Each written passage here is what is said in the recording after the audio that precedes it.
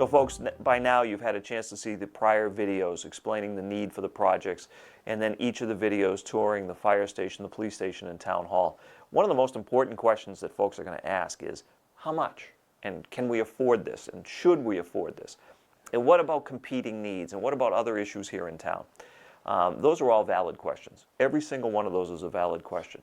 But the most important issue before us that we have to deal with is that the needs that you've seen, the conditions and the challenges that you've seen in these video series, and that if you have the opportunity to tour the buildings during the various open houses, you will continue to see and you'll see firsthand, those needs don't go away.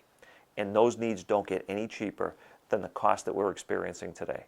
So what I'd like to do is really take you through a three-phase cost approach on this. So there's three pieces to this puzzle. Number one is site cleanup. Number two is the cost of design. And the third cost is, what is the cost of this proposed project? The efforts of our board members, particularly Select Board Member Crowley, has been nothing less than stellar in coming up with suggestions and ideas on how to fund that. I've been a member of the Select Board for over 20 years. I've been considered a very fiscal conservative member of the board for that 20 years. So I pride myself on looking at numbers, studying the numbers, working with the financial director, working with the town administrator. Well, number one, we know right out of the gate. We know that we're looking at a cost of up to $1.6 million to do site cleanup. Now, when we purchased the property at Medway Block 2.5 years ago, we knew that there was a historic oil leak. It was a hydraulic oil leak that occurred there back in the 80s and 90s.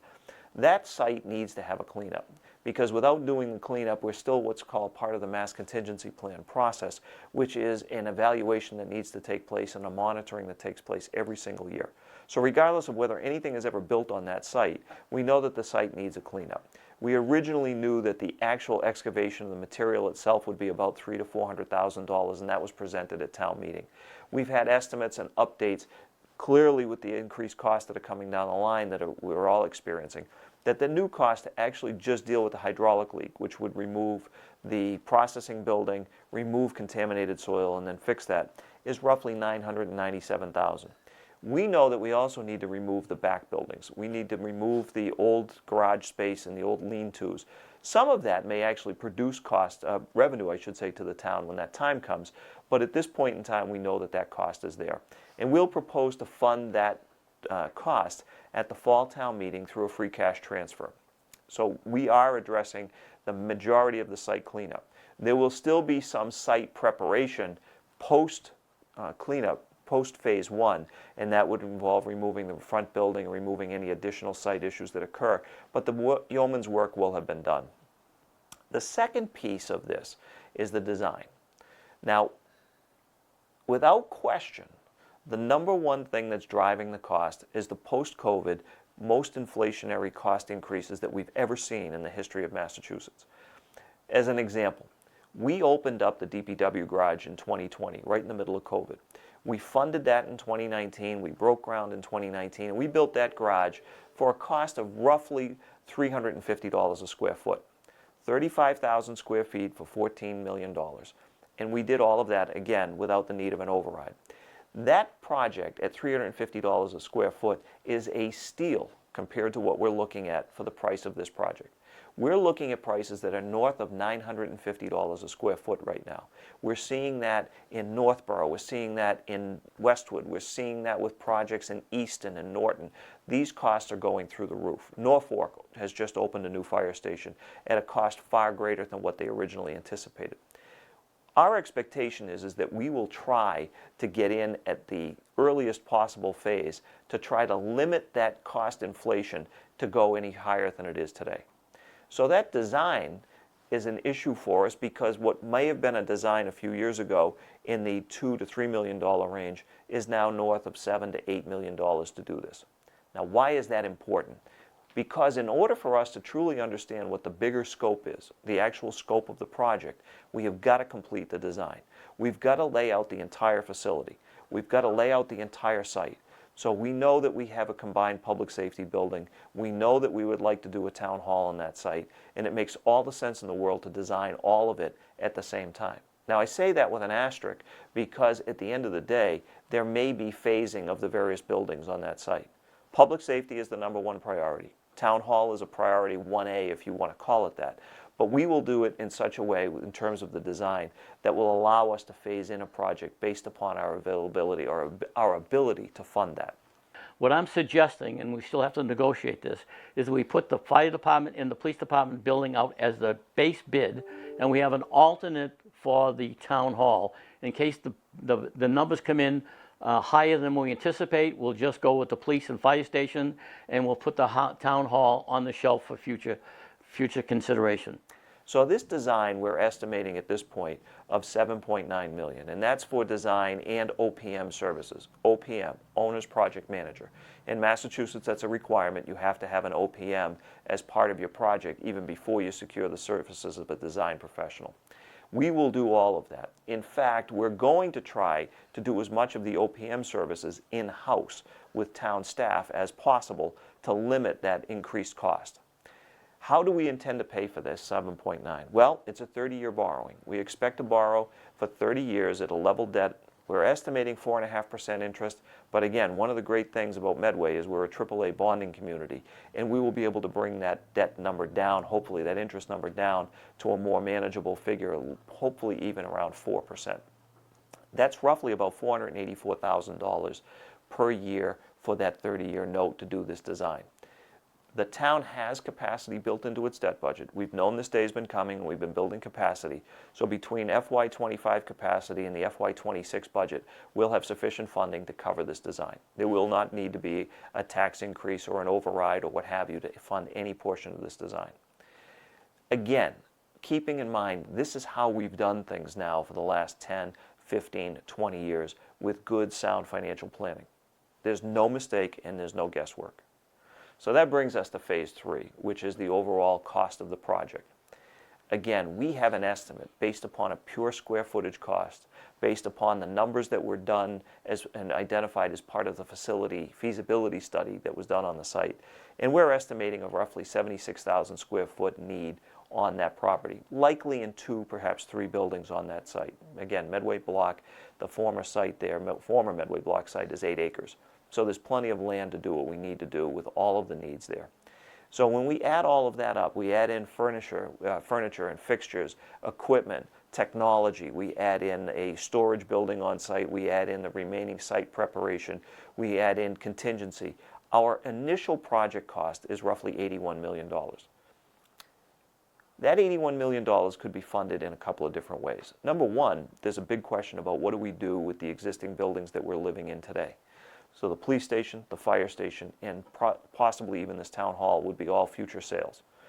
There's no reason for the town to continue to occupy those spaces. It would put those spaces back on the market to develop one-time revenue that can be used to help offset this debt principal, and it would be money that would go back in to generate taxable revenue to the town, again, providing sales, those properties are sold.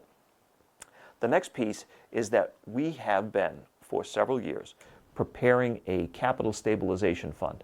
A capital stabilization fund which would allow us to move forward with putting down substantial sums of money to reduce that $81 million cost.